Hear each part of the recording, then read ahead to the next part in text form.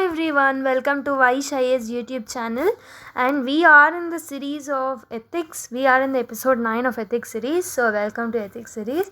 So we have done 8 episodes before. So if you have not watched them, what you need to do is you go to the Vaishai's playlist of ethics. There you can find the other 8 videos where you can watch them and come back to this video so that there will be a flow in your preparation. So I'll do a small recap of what we have done in the last class, then start today's video. So in the last class, I have started the teleological approach. I have told you teleo means ends, logy is an action, so teleology is a science of ends. So I have told you a small introduction about the teleological approach. Under it, initially we have studied the utilitarian approach. In the utilitarian approach, we have studied the philosophy of Jeremy Bentham and J.S. Mills. Then we have discussed their philosophies in brief, then the inferences of their philosophies, and then we have also studied the differences between, which are very minute. So we have learned the differences between the philosophies given by Bentham and Mills. So then we have come to applications of the utilitarian philosophy by Bentham and Mills at the individual level initially, then we have discussed in the society's context, and then in the government context also we have read various applications. So that is what we have learned in the last class. So before starting today's class, I will remind you that these series and all other free series which are going freely on the YouTube channel of Vaish IAS are actually the part of the paid course of Vaish IAS. So we are considering it to put even in the YouTube channel, but if you are not giving the proper feedback here on YouTube, we'll automatically convert these free courses into the paid courses. So considering this, what you need to do is you need to subscribe the channel, like, share and comment, give your feedback and share it with your friends who are in need of it. Okay? Now let's start today's video, that is episode 9 of ethics. So we have learned that utilitarian philosophy has various applications, and utilitarian philosophy, or the philosophers who follows utilitarian philosophies are called as liberal economists, because there is a link between the liberal economy and the utilitarian philosophy, or the principles of the utilitarian philosophy. For example, you can see business is actually based on the efficiency principles. So whenever you are given a lot of freedom, whenever you are given freedom, you will have that kind of innovation in you. You will come up with the different types of innovation, because of which efficiency of the business gets increased. So this is the first principle which is linked with the utilitarian philosophy, because even utilitarian philosophy speaks about freedom. So in this way both are connected. Coming to input and output relations, so utilitarian philosophers have governed that the greatest good should be given to the greatest number of people. So if we are following the greatest good to the greatest number of people, we will be seeing input and output relations which are very much needed in the liberal economy. And one of the basic aim of the economy or the business is to have profit maximization and the freedom of business. So it can be achieved by the principles given by the Mills and Bentham, that is liberty and freedom in the business. So company can actually fire the employees whenever they are unethical in order to maintain efficiency. So this is an ethical act. In the Western economy, capitalism have actually emerged, and it is based on the utilitarian philosophy, because in the Western economy they will be more focused on the profit, private business, and these things will bring the pleasure in them. So the pleasure and pain principles come over here. So pleasure and pain principle is actually proposed by utilitarian philosophers, and they utilitarian philosophy gave rise to the work culture, which is prevalently followed in the Western countries, and it also gave the philosophy of Protestant ethics. Okay, and this will influence the work culture, that is mind your business concept have actually developed in the Western part of the society, because of which they are more developed than the other part of the society. Actually in the Western world, people are so much hardworking and they won't waste time, and without wasting time they will develop, it will give pleasure to them. Since individuals are enterprising oriented, they seek pleasure when they derive profit. So don't they won't waste their time in the workplace.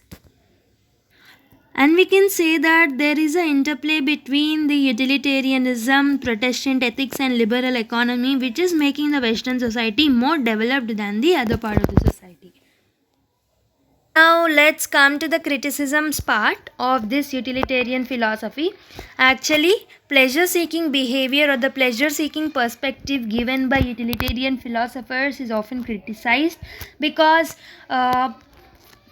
pleasures they did not differentiate between the physical pleasure and some other pleasure which need to be seeked.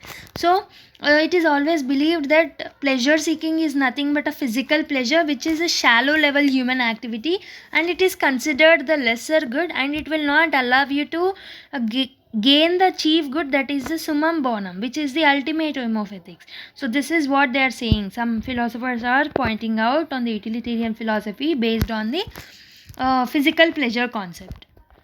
And they also say that these pleasure seeking principle will bring some ethical concerns, like people will become materialistic and consumeristic, and they will follow the commodification of goods, and they'll become money oriented. These are some of the ethical concerns which can be caused, because people will always become money oriented if they become if they follow utilitarian philosophy, that is pleasure and pain principle, and this will lead to ethical egoism.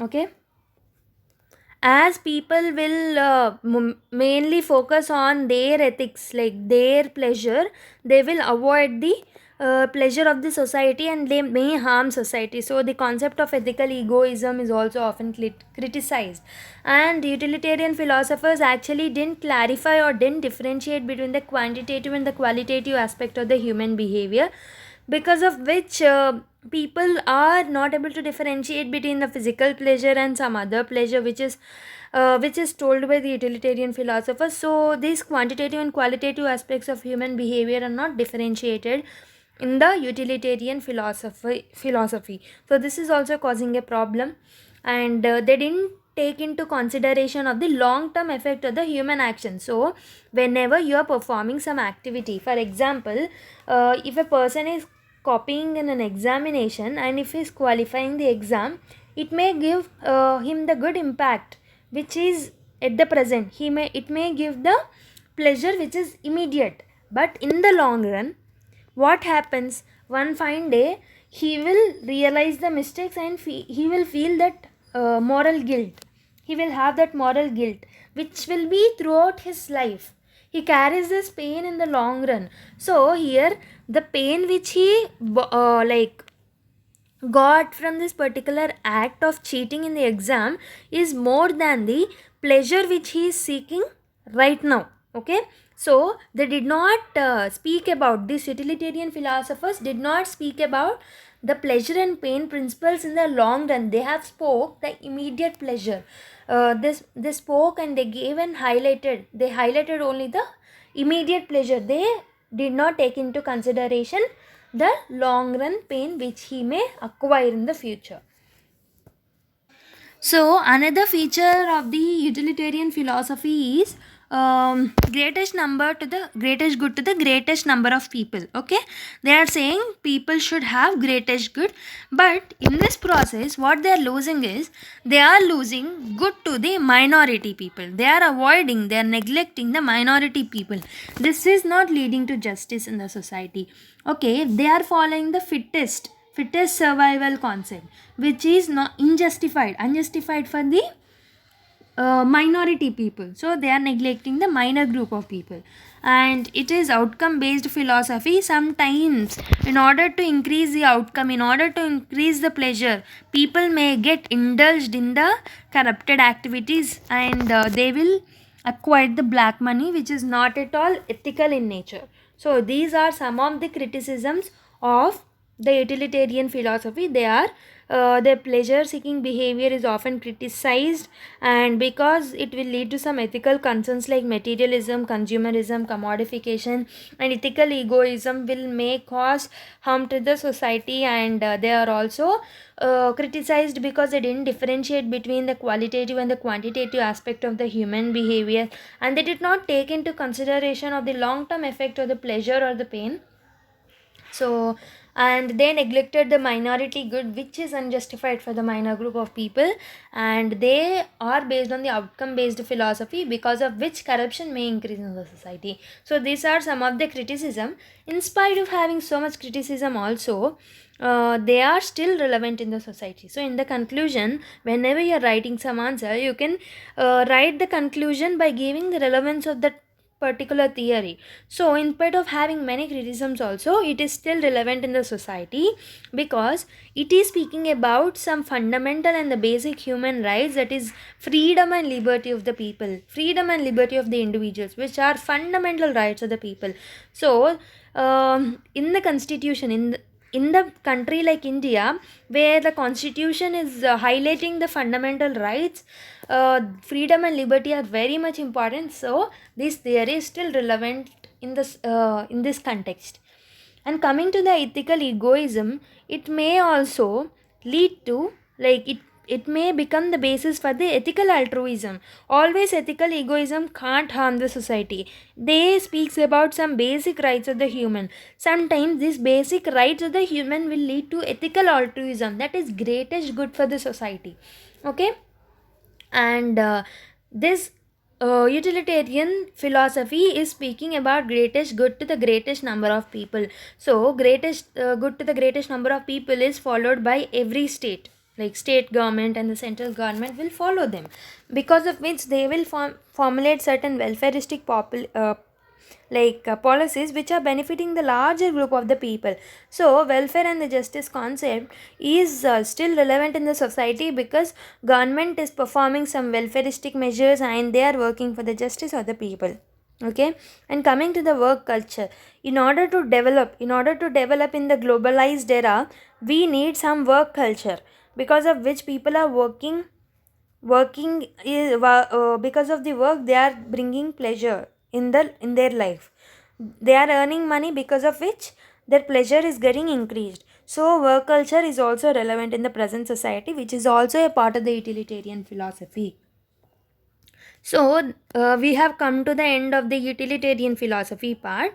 So we have learnt in today's class about the link between the liberal economy and the utilitarian philosophy. I have given some characteristics between their relation, and I have started speaking about the criticisms, and then in the conclusion part I have told you some relevance of this utilitarian philosophy in the present context of the society. That is it for today's video. I hope so you have enjoyed the video. We have done with the utilitarian philosophy. In the next class we'll be starting the contractarian theory, that is by Thomas Hobbes, John Locke and Rousseau. So it will be more interesting. And one more thing is that I have attached some screenshots of Vaishai's YouTube channel. So here there are many videos which are freely available. We are providing many foundational videos and many free videos as of now, which is very useful for the UPSC aspirant. So if you are a UPSC aspirant, then definitely don't miss the chance of getting the free videos from Vaishai. I hope so. If you like the video, then go to other playlists. They are very much important to you in your preparation phase, and watch them. Give comment feedback for every video that you watch, and like every video that we watch, and share it with your friends who are in need of it. That is it for today's video. Let's meet with another beautiful video in the next class. Until then, take care. Bye bye.